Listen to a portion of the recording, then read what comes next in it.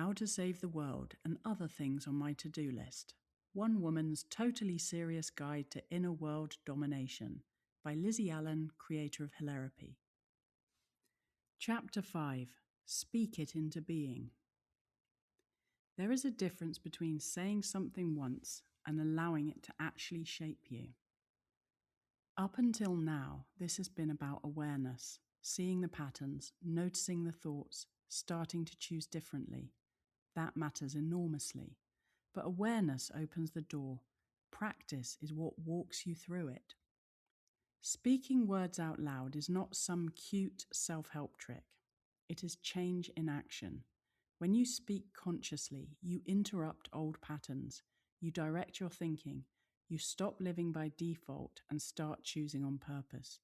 You begin to align actively, deliberately, with that same creative intelligence we have been talking about. The thing that already knows what it is doing, that grows the trees, moves the ocean, breathes your body with complete and total ease. When you speak in alignment with that energy, you begin to match it. You stop swimming against the current and start moving with it. Before we go any further, say this out loud. I use my voice deliberately. I speak with intention. Every word I say is a choice, and I choose words that align me with truth, with expansion, with creative intelligence moving through me now. Take a breath, because that is different from how most people use their voice. Most people speak reactively, reporting on how things are, rehearsing what they're afraid of, narrating the problem in ever more detail. You are going to do something different. Let me tell you what practice actually looks like, not the ideal version, the real one. I wake up in the morning, brush my teeth, make a coffee, and get back into bed. I pick up my copy of Ernest Holmes' This Thing Called You, a book laced with affirmations and truth, the kind of writing that reminds you of what is real before the world gets loud. I read a chapter, and then I sit quietly and I feel the light pour into my body. Not metaphorically, literally, I feel it. The words have done something, reminded me of the law of mind, brought me back to what I know underneath what I fear. Then I write in my journal, everything from the day before framed through gratitude, not toxic positivity, honest gratitude, the kind that looks at what actually happened and finds what was working in the middle of what was hard. And then I pray, not the asking kind of prayer, the affirmative kind, a 5-step mind treatment Ernest Holmes taught, which I have made completely my own. It starts with God is everything. God, or creative intelligence, runs through all things manifested and unmanifested, through the seen and unseen, all of it, one intelligence, one source, everywhere present, always working. Then I announce my union with this power, not as a concept, as a felt reality. I stay with it until I can feel it as the truth rather than just the words, until something in my body goes, yes, this is real. I am part of this. Sometimes that takes 30 seconds, sometimes it takes longer, but I don't rush past it. The feeling is the thing. Then I announce my desire, not as a wish, as something already happening, already in motion, already being taken care of behind the scenes. It will show up when it's time. My job is not to manage the how. My job is to align with the what and trust the intelligence that already knows the way. Then gratitude, lots of it, real, specific, felt gratitude. And then I surrender. I release it all into the creative mind. Take care of this. I've done my part. Now I let go. And then I get up and go about my day. Say this now. Creative intelligence is everything.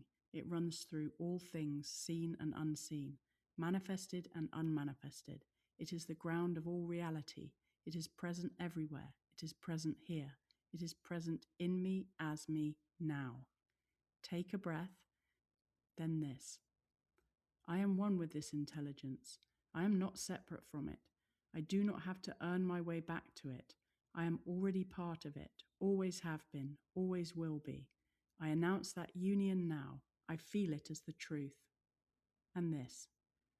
What I desire is already in motion. All the good that there is already mine, already unfolding behind the scenes in ways I cannot yet see. I trust that. I give thanks for that. And I surrender it now into the intelligence that already knows the way. And so it is.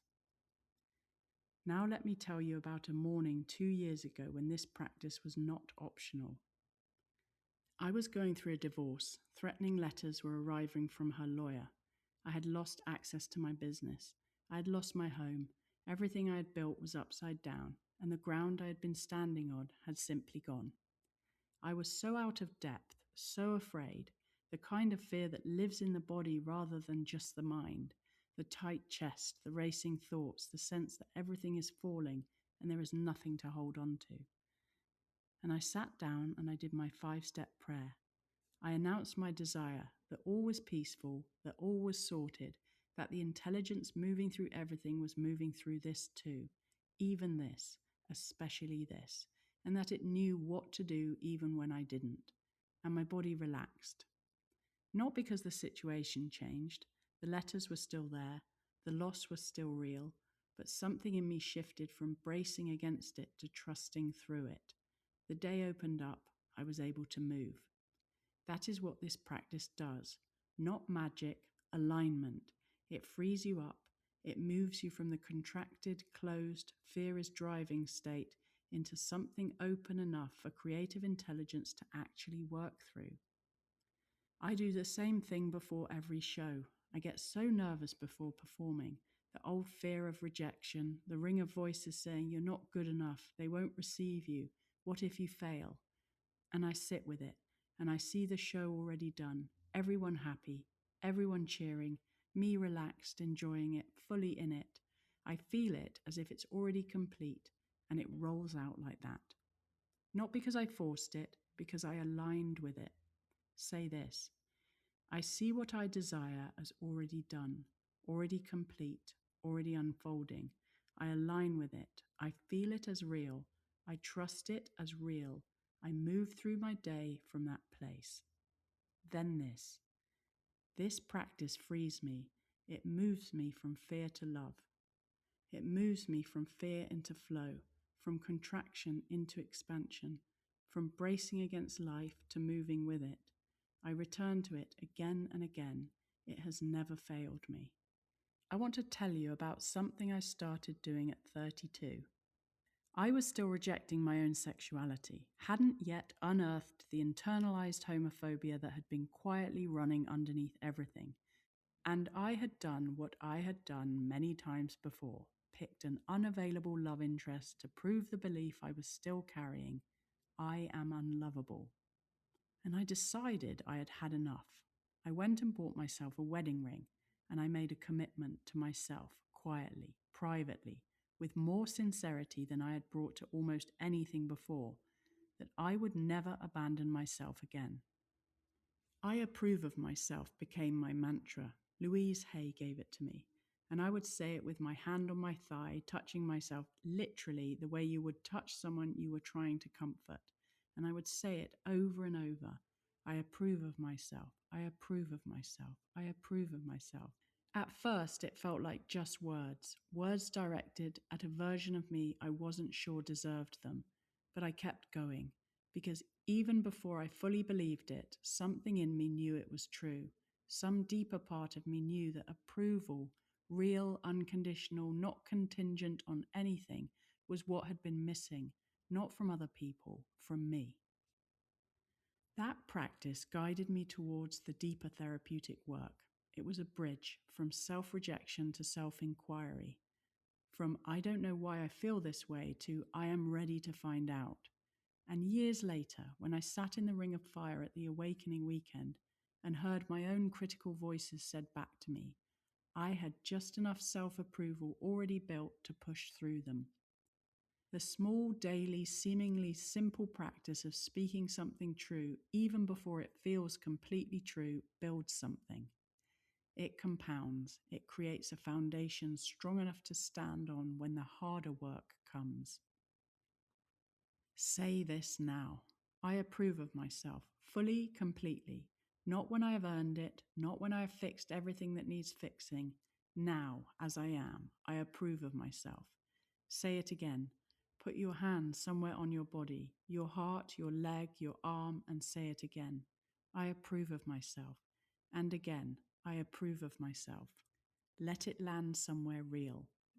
If you would like to download a free copy of this book, go to my website, lizzieallan.com, and find How to Save the World and download your free copy there.